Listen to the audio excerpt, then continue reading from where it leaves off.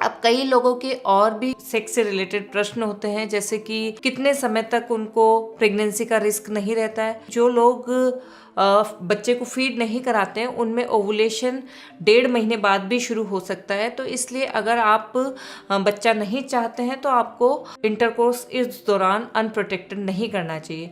और जो लोग बच्चे को फीड करवाते हैं उनमें 4 to 6 मंथ तक नेचुरल कॉन्ट्रासेप्शन मिल जाता है, परंतु ये 100% नहीं होता है। इसलिए अगर आपको बच्चा नहीं चाहिए है तो आपको कॉन्ट्रासेप्शन यूज़ करना चाहिए। कॉन्ट्रासेप्शन आप बैरियर मेथड्स यूज़ कर सकते हैं, कॉपर टी लगवा सकते हैं। जो ओरल कॉन्ट्रासेप्टिव पिल्स या बर्थ पिल्स होते हैं वो अवॉइड करने चाहिए, क्योंकि इससे मिल्क की क्वांटिटी कम होती है और साथ में इससे ब्लड क्लॉट्स बनने का भी रिस्क होता है। अगला प्रश्न लोगों का होता है लिबिडो से रिलेटेड। लिबिडो मतलब सेक्स के लिए जो डिज़ायर होती है उस पर क्या फ़र्क पड़ता है।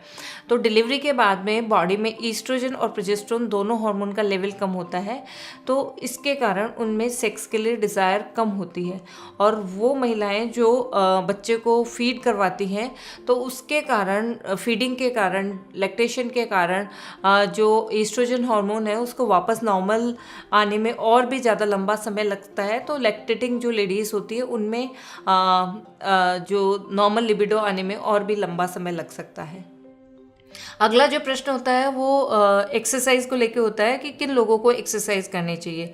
कई लोगों को कन्फ्यूजन होता है कि एक्सरसाइज की ज़रूरत पेल्विक फ्लोर एक्सरसाइज स्पेशली उन्हीं लोगों को होती है जिनकी वेजाइनल डिलीवरी हुई हो, और क्योंकि वेजाइनल डिलीवरी में मसल्स लूज हो जाती है, जबकि ऐसा नहीं है।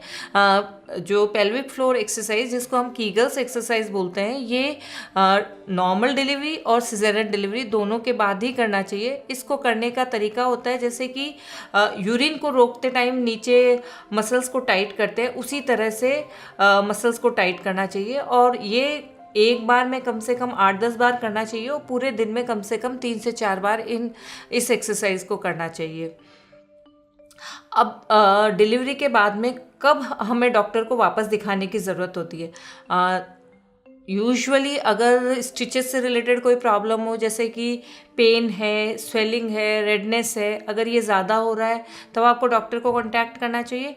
या फिर ब्लीडिंग है, वो पहले से ज़्यादा हो गई है या कंटिन्यू कई दिनों तक हो रही है, तब भी आपको डॉक्टर से कंसल्ट करना चाहिए। एज ए रूल जैसे जैसे डिलीवरी के बाद में जैसे जैसे टाइम निकलता है वैसे वैसे लेडी को बेटर फील होने लगता है। अगर ऐसा लगता है कि उसको अच्छा फील नहीं हो रहा है या टाइम के साथ में इम्प्रूवमेंट नहीं हो रहा है तो उसको डेफिनेटली डॉक्टर को कंसल्ट करना चाहिए। Thank you.